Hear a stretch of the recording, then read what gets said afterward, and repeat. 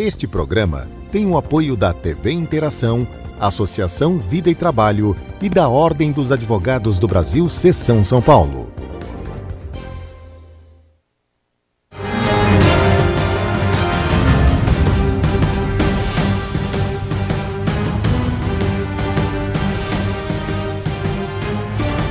Alô, amigos, bem-vindos ao Gente que Fala. Estamos na TV aberta, canal 9 da NET, canais 8 e 186 da Vivo. Estamos na Rádio Trianon, AM 740 São Paulo e Rádio Universal, AM 810 Santos. Estamos transmitindo direto do estúdio da TV aberta através da nossa fanpage facebook.com/programa Gente que Fala. Estamos na TV Guarulhos, canal 20 UHF, canal 3 da NET em Guarulhos, 11h30 da noite. Acesse nosso blog, conheça nossos colunistas e colaboradores, gentequefala.com.br, participe pelo telefone 38766146 e ainda o telefone da nossa produção também, São Paulo 11-5052-5555.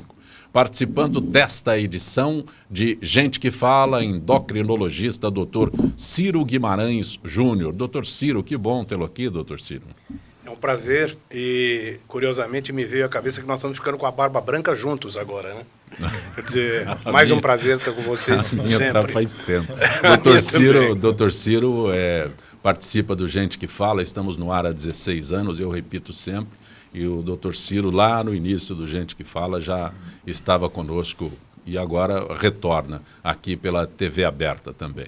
Conosco a sexóloga Gislene Teixeira. Prazer tê-la aqui, Gislene. Eu preciso que você fale mais próxima do microfone. Prazer é todo meu, muito obrigada pelo convite e é um prazer estar aqui com vocês. A tua empresa é Diva e Sexy? Diva e Sexy é uma consultoria erótica, atendo só mulheres. Aliás, você me entregou o seu cartão e eu ia perguntar exatamente, Gislene Teixeira, consultora erótica.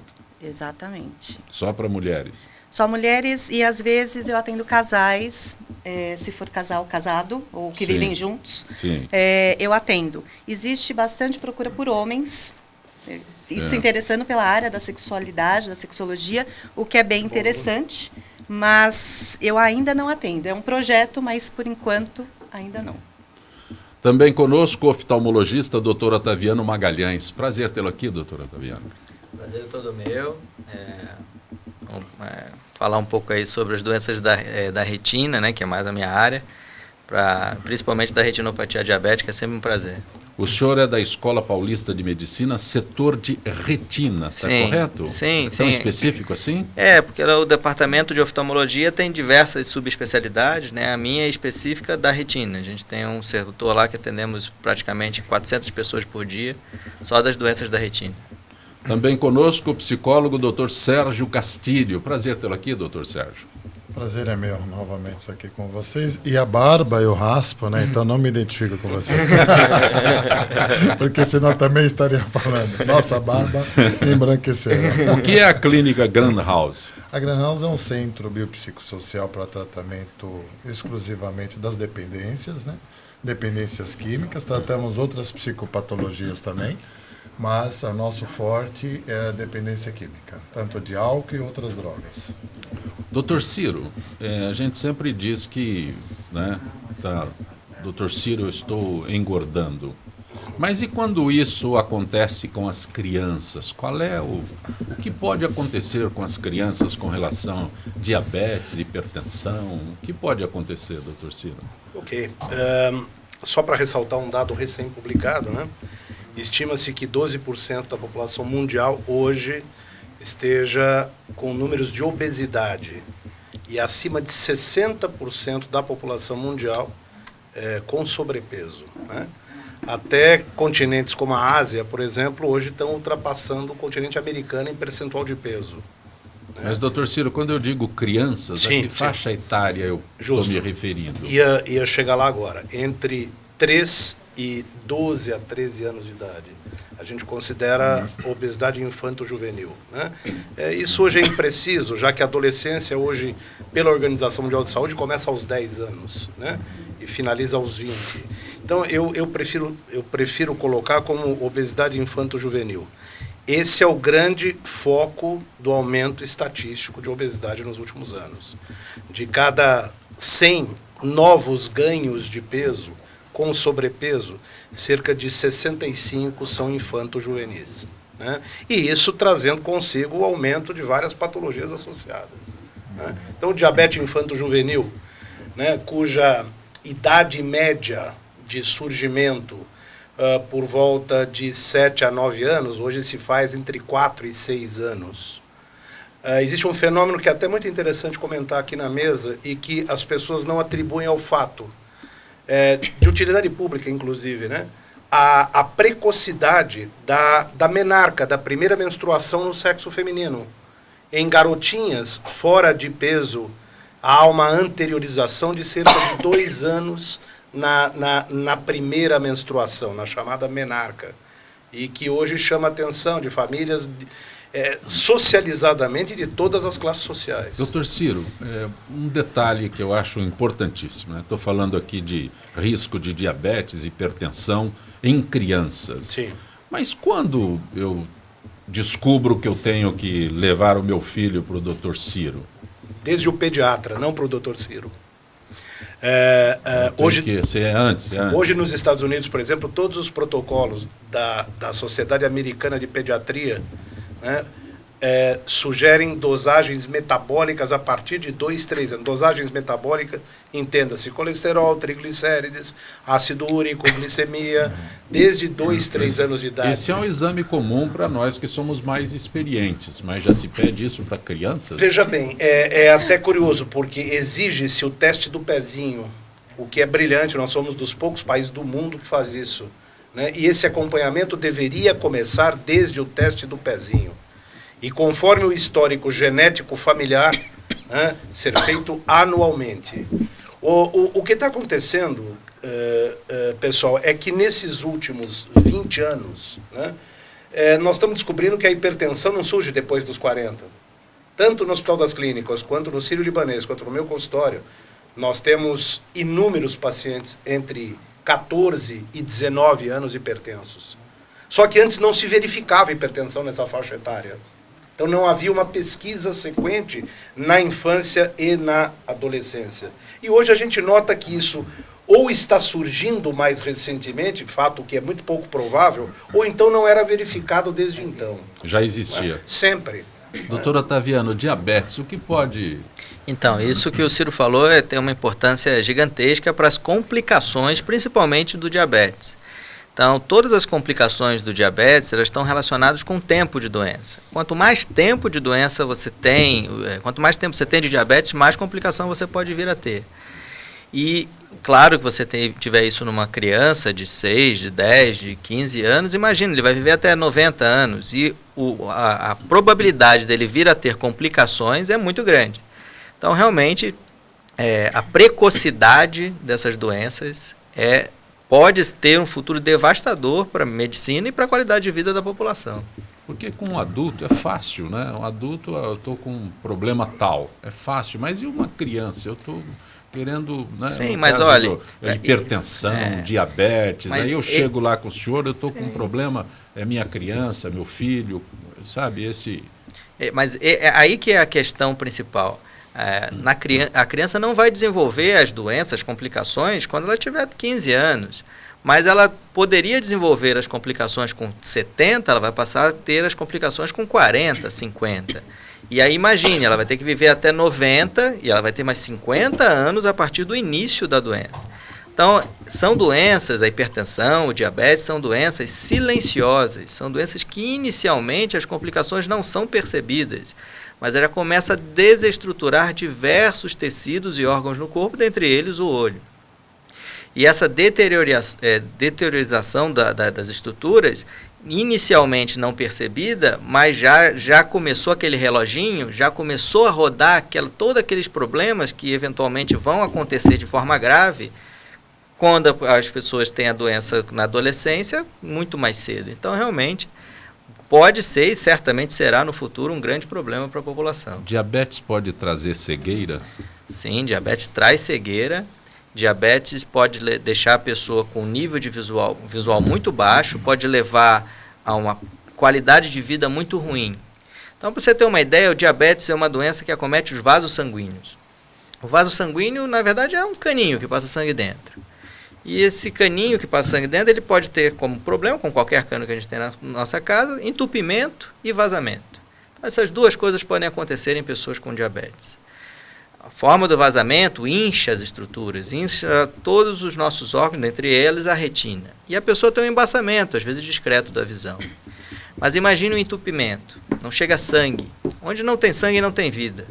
Não chega sangue nas nossas retinas, as retinas vão começando a entrar num processo de deteriorização, vão começando a degenerar, as células vão começando a morrer e as pessoas vão começando a ter perdas que podem chegar à perda total, a ver tudo escuro, a acordar, não ver a diferença entre o dia e a noite. O Dr. Ciro fez referência à hipertensão. E qual a relação da hipertensão arterial com a hipertensão ocular? Não tem uma relação direta entre pressão do corpo e pressão do olho. Mas imagine, se você tem o diabetes, que é uma doença que altera o vaso sanguíneo, então o vaso sanguíneo já não está saudável. E você tem uma doença que aumenta a pressão do vaso sanguíneo. Então, pressão alta num vaso que não é saudável são dois fatores que fazem esse vaso ser comprometido. Então, você tem duas doenças que se somam. E essa soma de problemas leva, obviamente, a lesão dos tecidos. E nesse caso, a gente falando da retina, é um tecido que faz a transformação de luz e potencial elétrico, é o que realmente faz a nossa luz ser interpretada pelo nosso cérebro como imagem, e a partir do momento que você não tem esse tecido, você tem uma deficiência visual realmente muito grave. É real aquelas pessoas que dizem que acordam e não enxergam mais nada? Isso pode acontecer, dependendo do nível de doença que Mas está. Mas é assim, o que eu quero entender é de uma hora para outra, eu acordo e já tenho uma evolução aí que eu desprezo. Muita da evolução inicial não é percebida pelos pacientes. Ela é uma doença silenciosa. Aí é o grande problema de todas essas vasculopatias. A gente está falando da hipertensão e do diabetes como principal e as doenças mais comuns. Ela inicialmente dá uma alteração, a pessoa não percebe e vai vivendo e vai passando. Quando ela diagnostica, já está em nível muito avançado de doença. E aí, às vezes, muito pouco tem a se fazer. Então, precisa de um acompanhamento periódico, precisa ver a doença, acompanhar a doença, diagnosticar precocemente para ter o melhor resultado de tratamento.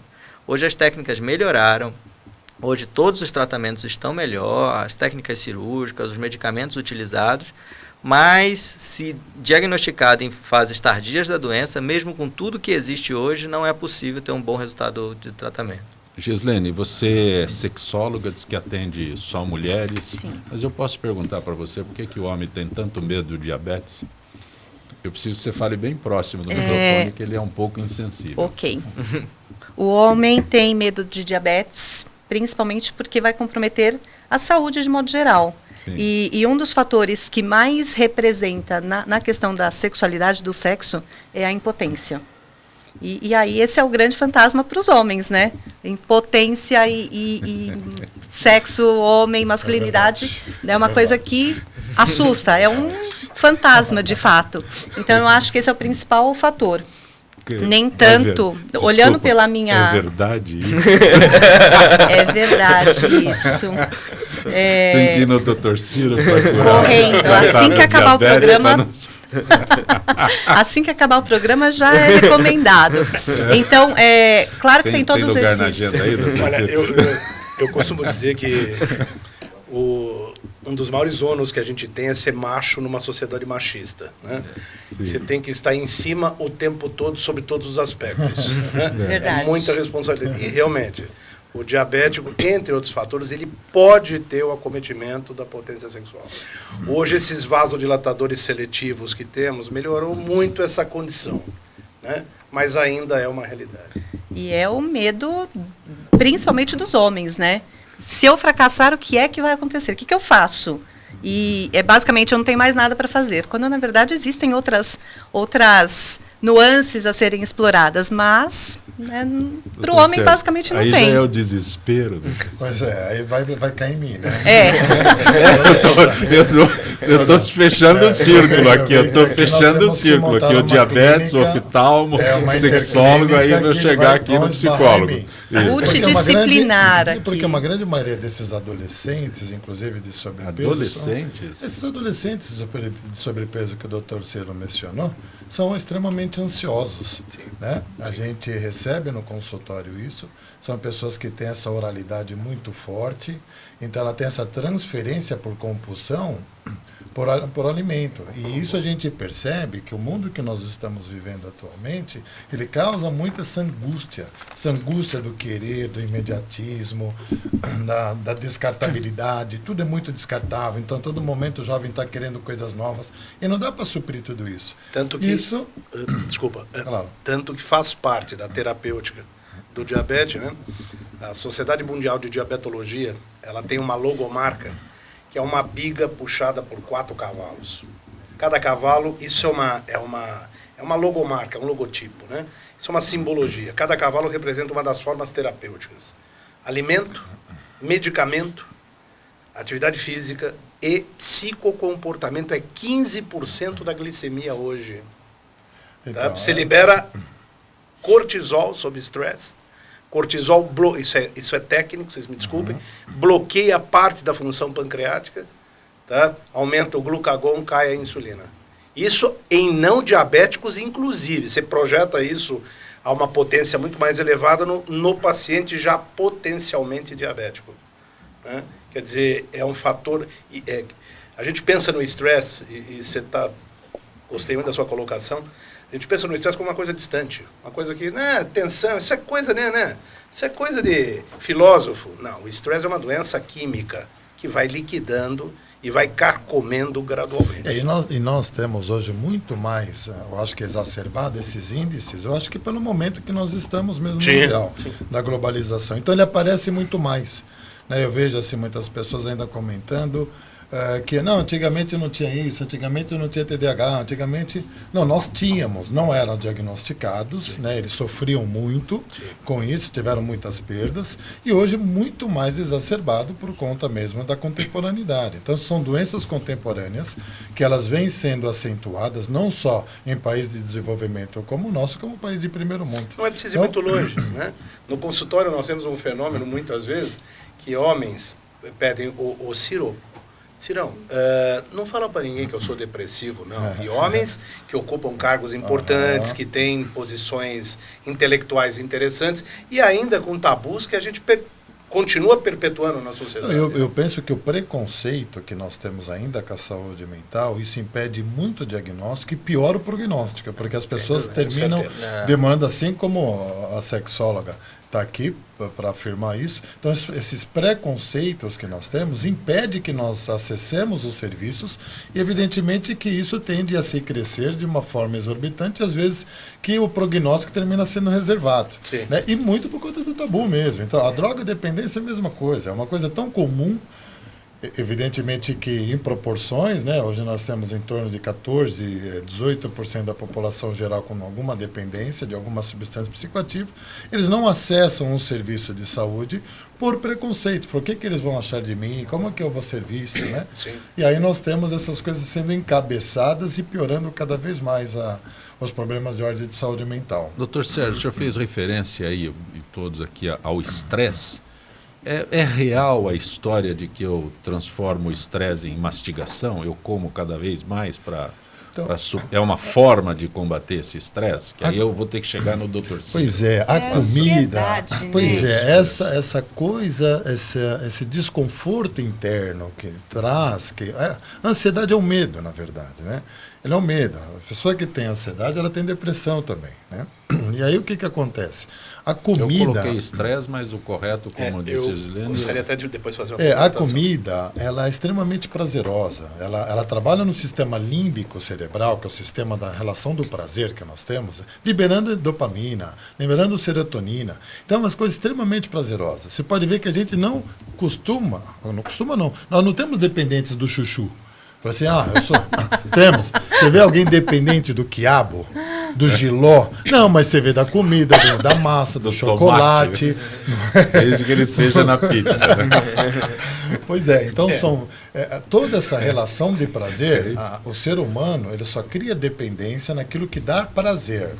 E algumas coisas, ele tem essa dispersão do sistema do nosso prazeroso muito maior. A comida é uma delas. Então ela termina saciando os buracos que nós temos em outros setores cerebrais. Então, por exemplo, a pessoa é muito ansiosa. Ela desenvolveu uma ansiedade, ela pode nem ter o transtorno de ansiedade generalizada, mas ela desenvolveu. Através da comida, ela vai, de certa forma, trazer prazer. Mas tem aqueles que desenvolvem a compulsão por sexo, que é o maior prazer que o corpo humano produz, que é o orgasmo. Tem um autor norte-americano, e eu lhe interrompi porque é essencial. E ele faz uma brilhante analogia entre sexo e comida. Primeiro porque os realmente scanners... é uma bela analogia, né? Não. Isso é extremamente interessante.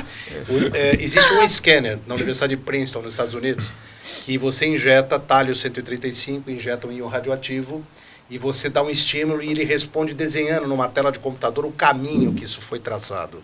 É um radiotraçador neuroquímico, tá? Para algum tipo de disfunção. E, curiosamente, tanto a fome quanto o estímulo sexual percorrem as mesmas áreas cerebrais. Então, isso não é brincadeira. É um binômio muito poderoso. Né? Instinto e prazer. Eu só queria lhe interromper aquela hora pelo seguinte: não vamos confundir isto com dependência química. Não existe nenhum relato de dependência química alimentar. Mesmo a quem se auto-intitula chocólatra, vamos ter cuidado. Todas as pesquisas que se fez com o chocolate, nunca se isolou nenhum depósito cerebral. Então, como o colega citou, estamos tramitando no campo do prazer, não da dependência. São coisas muito diferentes. Porque é comum na clínica diária se trazer a problemática de eu ser viciado em... Se Coca-Cola tivesse cocaína, uma latinha de 300 ml tinha que custar 180 euros. Sem dúvida. Tá? Nós temos que acabar com esses conceitos. É que a gente se esconde atrás disso. Porque, na realidade, é só prazer. Já é muito duro, mas é só prazer. E a humanidade, ela vem se perpetuando durante anos pela relação do prazer. Nós só vivemos porque temos prazer. Exato. Então, quando é cessada essa relação prazerosa no cérebro, que é um processo depressivo, por exemplo, que é a diminuição das dopaminas, essa pessoa ela tende a se isolar, a entrar dentro de um guarda-roupa, a se esconder. Então, tudo que dá prazer, nós tendemos a ter a repetição, como foi citado, chocolate, comida, né? Que é bem diferente, por exemplo, dos sistemas de receptação, por exemplo, das drogas. Nós temos sistema exclusivo, por exemplo, da cannabis, exclusivo do álcool. Nós temos os sistemas de recepção da cocaína. Nós temos esse sistema muito bem determinado.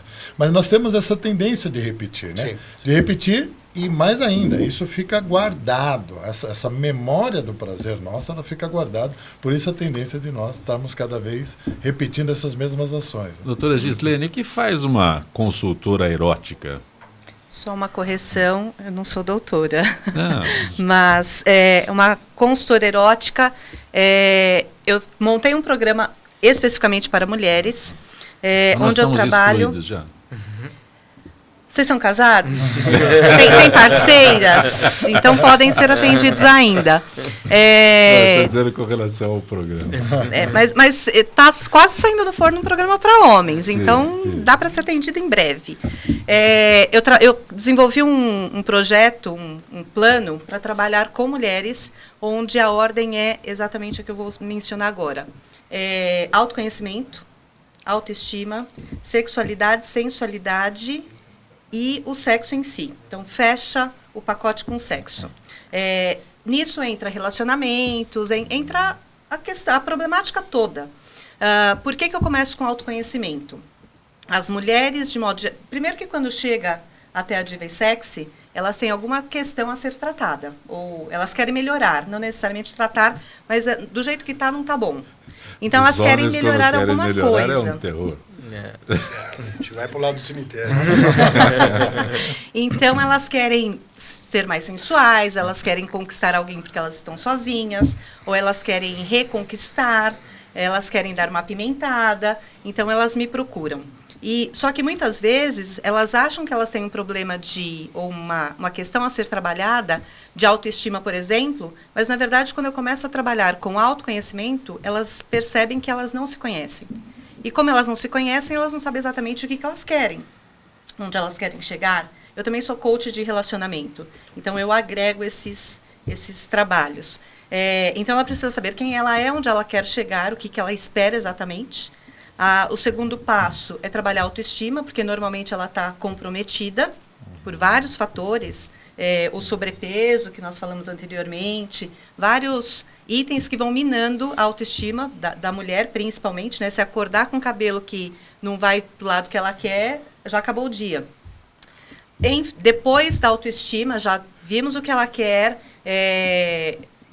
trabalhamos com a autoestima dela, deixamos harmoniosa, porque a autoestima em excesso também é comprometedor, porque ela vai se achar a top e ela vai começar a ignorar algumas coisas que ela tem que prestar atenção. E depois entra a questão de sedução, de sensualidade, que aí é mais específico para cada uma das mulheres, porque cada uma tem uma faixa etária, que é uma questão específica no relacionamento, ou no futuro relacionamento. E, por fim, entra a questão do sexo em si, né? Depois que eu aprendi o que eu quero, quem eu sou, melhorei minha autoestima, aprendi a seduzir, às vezes, o próprio marido, o que é que eu vou fazer com tudo isso que eu aprendi? E aí vai culminar no que a gente espera dentro desse processo, que é o sexo. Só que dentro da sexualidade entra relacionamento. Ela tem que agregar tudo isso a um relacionamento. O homem, quando tem um problema desse, né, não conta para ninguém. Ele, né? ele se esconde. Os três ficaram calados. Não conta pra ninguém como não. Dá um certo medo. Como não vamos se manifestar? O que eu vou falar? Isso trouxe um incômodo aqui. Trouxe um incômodo. Não enxergam nada, né? Pior, eles se fazem de morto. Aí que elas vêm já me estão procurar. mortas. Olha, tem uma coisa errada lá na minha casa, lá com meu marido, com meu parceiro, com meu namorado. Não está me procurando, tal. Então eu acho que ele tem outra. Gordinha, ou tem outra. A outra sempre aparece, né? De um jeito ou de outro, a outra sempre aparece. O sexo tem uma relação de poder, né? O poder e o sexo, eles transitam, eles andam muito junto, né? Com certeza. O libido totalmente voltado para o sexo. Por exemplo, essa pessoa nem trabalha muito, ou vice-versa. Então, por isso que fala, as pessoas que trabalham muito, viu, doutor Ciro?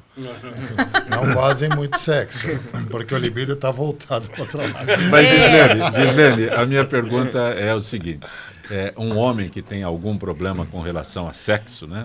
Se procura um especialista, olha, qual é o horário mais discreto que o senhor tem para me atender aí?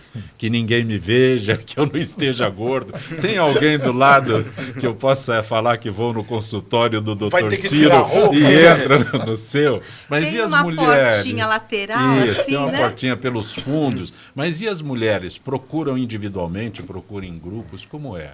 Elas faz procuram terapia em grupos? A senhora faz Fazem, isso? sim. As mulheres procuram de todas as maneiras. Em princípio, o primeiro procurar delas, o primeiro contato é sempre a amiga, né? Ai, vai lá, conta pra amiga. Ai, eu tô com um problema assim, meu marido, tal. Homem nenhum tem um amigo assim. Porque a mulher tem essa característica de falar de sentimento. O homem não fala. Né? E a mulher pode se expor mais, né? Ela pode andar de mãos dadas e que está tudo bem. É com uma cultura machista que ele disse. É difícil assumir isso, né? Não, é uma delícia falar de mulher. E mulher gosta de falar de homem, então tá tudo certo. Mas a mulher tem uma facilidade muito mais de falar de sentimento. Então, por isso ela se abre mais, ela tem essa coisa de compartilhar. O homem guarda isso trancado em 200 chaves. Às vezes e quase sempre, ele guarda dele mesmo. Eu falei brincando, mas é sério. Ele esconde tanto, e muitas vezes ele não assume um provável problema que ele tem, e aquilo vai aumentando, e quando chega uma hora não tem muito mais. O que era uma coisa simples se torna uma coisa muito complexa. E aí vai parar lá na sua clínica, né? Doutor Sérgio, o senhor é especialista em dependência química. E hoje em dia... Falando em mulher... E hoje em dia o assunto, sem dúvida alguma, é a intervenção da polícia na Cracolândia, né? E essa polêmica vem tomando conta de todos os debates que nós temos na cidade, e principalmente sobre a internação compulsória. Isso é possível? Isso é solução? O que acontece? Eu acho que a Cracolândia, ela retrata a ausência do poder público de muitos anos, né? Então, isso ele retrata essa ausência de uma política pública muito bem estabelecida e, como resultante, essa agregação de pessoas no mesmo lugar, de forma indiscriminada, o tráfico ocorrendo, sendo protegido, e uma série de pessoas também se usufruindo desses usuários com projetos governamentais, enfim. Então, esse grupo, né, acho que nós temos que ver com um olhar um pouquinho mais amplo. Este grupo de usuários tem muitas pessoas que se beneficiam disso, tanto do dinheiro público quanto o dinheiro também ilícito, né? Então, há interesses econômicos muito grandes ali. Agora, o usuário ele precisa ser constantemente incomodado para que ele possa pedir ajuda, né? Então, incomodado, porque ele está numa zona de conforto muito grande. Ele usa de forma muito protegida, ele recebe, ele rouba, vai para lá, ele está guardado, né? Ele está ali usando, furtando e guardado pela Polícia Militar, por GCM, enfim. Né? Então, esse usuário ele precisa ser incomodado para que ele possa pedir ajuda, primeiro. Outra, não dá para invadir uma Cracolândia pedindo licença, dando boa noite, muito prazer, meu nome é Sargento Fulano, eu quero falar com o traficante ciclano. Né? Então, tem que ser de uma forma truculenta, porque eles são protegidos pelos próprios usuários.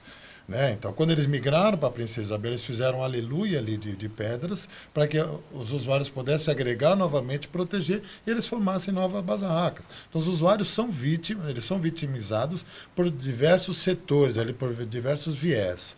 A internação compulsória, por exemplo, a involuntária, segundo o NAIDA, ele fala que a mesma efetividade que tem a voluntária é involuntária, porque, na verdade, ninguém vai voluntário se tratar. Ninguém fala assim, hoje eu cheirei 3 carreiras, bom, acho que eu vou me tratar. Não, ele vai por força de alguma circunstância, de alguma fenomenologia social, por força da família, da mulher, perda. Enfim, tem que ocorrer alguma coisa que force esse indivíduo a ir. A involuntariedade só muda qual o tipo de transporte que ele vai. Às vezes ele vai por ambulância, às vezes ele vai pelo camburão. Então, todas as internações, na verdade, elas são de forma involuntária. Né? Então, as pesquisas nos mostram que as 2 internações elas são muito efetivas. E a Cracolândia, ela precisa ser constantemente sendo invadida com a disponibilização, um programa contínuo, integrado, né? Tem que haver essa interdisciplinaridade do governo, de várias secretarias, e constante, não de uma forma pontual, porque aí nós não vamos ter resultado absolutamente nenhum. Tem que ser combatido o tráfico, que a força da polícia tem que ser ajudado, sendo assistidos os usuários, e ali ela precisa ser revitalizada, evidentemente, porque aquilo lá eu acho que é uma infame para nós, né? De nós assistirmos mais de 20 quilos de droga sendo comercializado de uma forma... O que mais eu acho que choca são as décadas de inadimplência do Estado. Qualquer intervenção é aceita, desde que muito bem marketada, muito bem comunicada, o que será feito daquele cidadão. Eu continuo sendo humanista. E eu não tenho uma posição política fixa que vá fazer defender A, B ou C. Tá? Agora, eu quero saber para onde vai aquele cara. Ele é um doente. Eu não quero que ele apanhe da polícia, vá para uma praça e apanhe de novo para ir para a rua outra vez. Eu acho que é a posição do CRM, inclusive. Então, a questão é, e aí? E aí, seu Dória? E aí, seu Alckmin? Para onde vai esse cara? Tá? O que vocês vão fazer com ele? Porque isso me parece uma afronta a direitos não ter essa perspectiva. Não vai aqui nenhum viés político, por favor. O que é engraçado é que aqui no Brasil é assim, se você vê a Lei 10.216, que foi implementada no Brasil em 2002, sancionada pelo governo Fernando Henrique, eles acabaram com as hospitalizações, que é a lei antimanicomial, mas ainda os CAPs não estavam estruturados. Sim. Então, eles primeiro agem para depois se estruturar. Eu acho que o que você está dizendo é isso. Eu acho que deveria de ter havido, eu acho que uma organização para recepção prévia para que pudesse agir. Vou tirar daqui, mas vou por onde? Foi feito alguma coisa assodadamente. Mas nós temos, parece critério. Que eles estão com o programa Redenção, acho que o Arthur Guerra que vai tocar. Então, eles estão... Agora eles estão, eu acho que se integrando para dar uma resposta para isso. Mas eu sou completamente a favor de poder intervir junto com os usuários e principalmente junto à esquerda, aos traficantes. Nós temos várias perguntas, mas antes o registro para que você participe da grandiosa festa junina que será realizada neste final de semana, dias 17 e 18, e também nos dias 24 e 25 de junho, e 1º e 2 e ainda 8 e 9 de julho, na Rua Américo Brasiliense, esquina com a Francisco de Moraes. Renda será revertida para o projeto social Gente é para Brilhar, promovido pela Paróquia Sagrada Família. Participe deste evento. Além de ajudar a quem precisa, você também se divertirá com a festa, que terá muitos prêmios e sorteios. Sempre aos sábados e domingos, das 5 da tarde às 10 da noite, na Rua Américo Brasiliense, esquina com a Francisco de Moraes. Gostaria que os senhores fossem concisos nas respostas, porque nós temos muitas perguntas. Doutor Otaviano, Carlos de Itaquera, como prevenção, o diabético precisa medir com mais frequência ou com que frequência a pressão do globo ocular? Então, isso é uma boa pergunta, né? O diabetes, ele pode dar praticamente alteração em todas as estruturas do nosso olho. Então, o diabético, ele tem mais olho seco, o diabético, ele tem mais glaucoma, o diabético, ele tem mais catarata, o diabético, ele tem mais retinopatia, que é a questão que a gente comentou anteriormente. Então, é mais frequente ter glaucoma. Glaucoma é uma doença que aumenta a pressão do olho. Aumentando a pressão do olho, o sangue tem dificuldade de chegar lá dentro do olho. Essa dificuldade faz com que as células da retina tenham uma degeneração progressiva. Então, realmente precisa fazer exame oftalmológico completo dos pacientes com diabetes, mais frequentemente do que habitualmente é feito na população em geral. Então, pelo menos uma vez por ano, inicialmente, é interessante. E depois, se tiver realmente uma estabilização do quadro, você pode espaçar mais, ou se você tiver algum comprometimento, diminuir essa periodicidade. Dr. Ciro Jaime, do Jardim Bom Filhole, o diabético está mais sujeito a AVCs? 17% mais precisamente. Tá? É uma doença que, como o colega falou, altera toda a circulação basal, né? E, em particular, a microcirculação, entenda-se cerebral, coronariana e renal, né? Acaba sendo diretamente afetada, né? Com isso, a incidência de vasculopatia cresce da ordem de 47%, especificamente questionada 17%. Gislene, a Juliana da Lapa pergunta se infidelidade conjugal pode ser patológica. Essa é uma questão difícil de responder, porque, na verdade, não tem nada que comprove. Mas, infidelidade é infidelidade, nós teríamos que mapear o que é infidelidade. Porque o que é infidelidade para um pode não ser para o outro. E aí nós entramos nas questões, por exemplo, com as redes, com as questões virtuais. Traição virtual é traição? É infidelidade? E aí fica difícil. Então, primeiro a gente teria que discutir o que é infidelidade, e aí vai por um outro viés. Mas, em princípio, não tem nada que comprove. Dr. Sérgio Marcos de Pinheiros, em que medida a religião pode ajudar o drogado? Eu acho que não só a religião ela tem uma condição de contingência, né? Eu acho que para qualquer situação, acho que a espiritualidade ela vem muito ajudar não só o dependente químico, como qualquer outra patologia.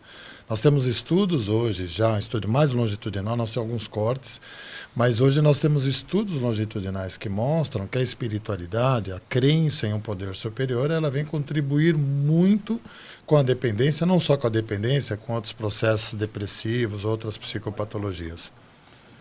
Doutor Otaviano, Isis da Barra Funda, é possível prevenir, ou pelo menos retardar a catarata? Isso também é uma outra excelente pergunta, né? Há muito tempo foram vendidos colírios, né, que preveniam a catarata, né, que tinham supostamente a ação de prevenir a catarata. Isso nunca foi comprovado. Esses colírios que nem existem mais, né, que hoje não são permitidos a comercialização, eles de forma nenhuma previnem a catarata. O que realmente previne a catarata, no caso específico do diabetes, é o controle glicêmico por muitos anos. Isso sim diminui a chance de ter catarata. E o glaucoma?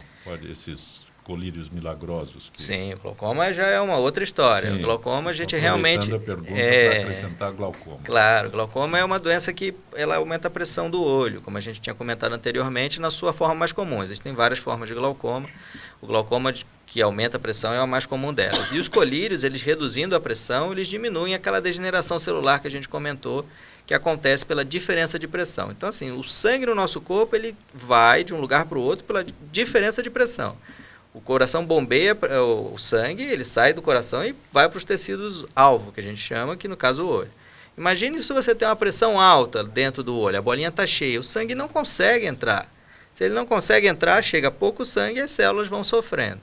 Na hora que você usa o colírio e abaixa a pressão do olho, o sangue chega de forma mais adequada e aí sim as células sofrem menos. Gislene Fernanda da Pompeia, é possível afirmar que as mulheres são sexualmente livres? Afirmar com toda certeza, ainda não. Estamos num processo, porque ainda vivemos numa sociedade patriarcal e extremamente machista.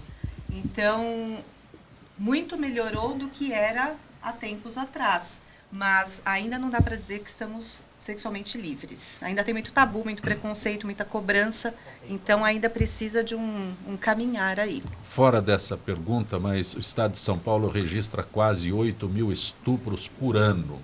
Como a senhora analisa essa notícia, essa informação? Analiso assim de uma maneira muito triste, principalmente 2 fatores. Esse número que é mostrado, 8.000 estupros por ano, na última década, na verdade, ele é muito maior do que isso. Porque as mulheres Ele é subdimensionado? Sim. E qualquer tipo de violência, na verdade, contra a mulher, o número é muito... As mulheres não são reais. Ninguém conta, né? Ninguém não conta e quando conta tem vergonha, e quando conta para amiga, para mãe, não chega exatamente a fazer estatística, montar estatística, porque elas não denunciam efetivamente. Por vários fatores. Primeiro, que, por exemplo, a cada 2 minutos no Brasil, 5 mulheres sofrem algum tipo de violência. Na questão do estupro, o que é mais triste é que normalmente esse estupro ele tem uma grande porcentagem, é um estupro doméstico. Então é pelo padrasto, pelo tio, pelo pai. Ontem, por exemplo, eu soube do caso de uma mulher, hoje é uma mulher, mas foi estuprada quando criança pelos tios, por várias vezes e por vários anos. E aí isso dificulta a fazer a ocorrência, denunciar, porque tem todo aquele acolhimento, ainda tem, né, um acolhimento familiar. Então vai comprometer, é o pai, é o marido da minha mãe, que é o meu padrasto. E muitas vezes a mãe que deveria acolher, acreditar, ela não acredita. Então, esse número é muito menor. Doutor Ciro, Márcia de Guarulhos, adoçantes podem ser mais prejudiciais à saúde que o açúcar? Depende da finalidade que você usa, Márcia. Se for para emagrecer, é um tiro na água, né? Ciclamato, aspartame, sacarina, oda, estévia, sorbitol, sucralose, né? São estruturas moleculares para similarizar ao paladar do açúcar, tá? Então, tem o mesmo poder de depósito intracelular, ou seja, engorda tanto quanto açúcar comum. Engorda tanto quanto açúcar comum. Para o diabético, particularmente, é interessante, porque impede a concentração glicêmica sanguínea, reduz aquilo que a sacarose iria fazer. Então, depende do público que o consuma. Por isso que eu estou gordo. Doutor Sérgio, rapidamente para a Adriana do Ipiranga, existe alguma dependência mais difícil de tratar ou varia de pessoa para pessoa? Não é a dependência em si, depende muito da estrutura dessa pessoa, do usuário. Então, quanto mais prejudicada ela estiver, mais difícil ficará o tratamento. Quanto maior o período que ela tiver de uso, mais prejuízos ela vai ter no córtex pré-frontal, na região cognitiva, nessa parte superior do cérebro, e mais difícil será para tratar. Mas as drogas que são, por exemplo, de maior oferta, essas são normalmente as drogas mais difíceis de ser tiradas, porque quanto maior a oferta, maior a procura, no caso das drogas lícitas. Doutor Ciro, rapidamente para a Paula do Butantã, os primeiros sintomas de diabetes infantil. Diabetes infantil juvenil muitas vezes totalmente fora do padrão de livros, né? Então, aquele quadro clássico do diabetes adulto, polidipsia, poliúria, polifagia, ou seja, sede excessiva, excesso de vezes que urina durante o dia, tá? fome contundente e não necessariamente com ganho de peso, tá? E mais cansaço aos esforços, no público infanto-juvenil não é tão característico. Então nós temos que estar atentos na criança à alteração de coloração urinária, a alteração de cheiro na urina, fundamentalmente, tá? E uma criança que busque tomar muita água durante o dia, tá? Que levante, obviamente, acima de uma certa faixa etária, muitas vezes na madrugada para urinar, ou mesmo quando em idades intermediárias, 5, 6, 7, 8, 10 anos, começa a urinar muito à noite, ou urinar até na cama, com uma certa disúria, né? São sinais que sugerem a probabilidade ao diabetes. Dr. Ciro Guimarães, há alguma forma de localizá-lo rapidamente? Um site, um telefone? Olha, eu tenho meu site, estou no Facebook, estou nas mídias. Ciro Guimarães com Y. Ciro com Y, Guimarães Júnior. Meu nome está aí e o CRM me veta qualquer outra publicidade. Doutor Otaviano, tem umas perguntas aqui, mas estamos no finalzinho. Como eu localizo o senhor rapidamente? Da mesma forma do Ciro também, meu nome é Otaviano com C, Octaviano Magalhães Júnior. Você me procurando, você vai me achar. Me acha na universidade, me acha no consultório, me acha em qualquer lugar. Dr. Sérgio Castilho, como se localiza o senhor rapidamente? Um site? É idem. Eu estou em bastante mídias, é só colocar meu nome no YouTube, no Google, Sérgio Castilho, que vai aparecer o Grand House, né? Grande com D mudo, House em inglês. Gislene, como eu chego até a Diva e Sexy? Pode dar o telefone? Eu também, né, como todo mundo, estou nas mídias sociais, Gislene Teixeira no Facebook. Meu telefone é 11 98193 8211. Eu agradeço ao Dr. Ciro Guimarães, a Gislene Teixeira, ao Dr. Otaviano Magalhães e ao Dr. Sérgio Castilho, que estiveram conosco nesta edição de Gente que Fala. Estamos chegando ao final, estaremos de volta amanhã, meio-dia, sempre com direção do jornalista Fausto Camunha. Gratos, apesar do feriado. Até lá.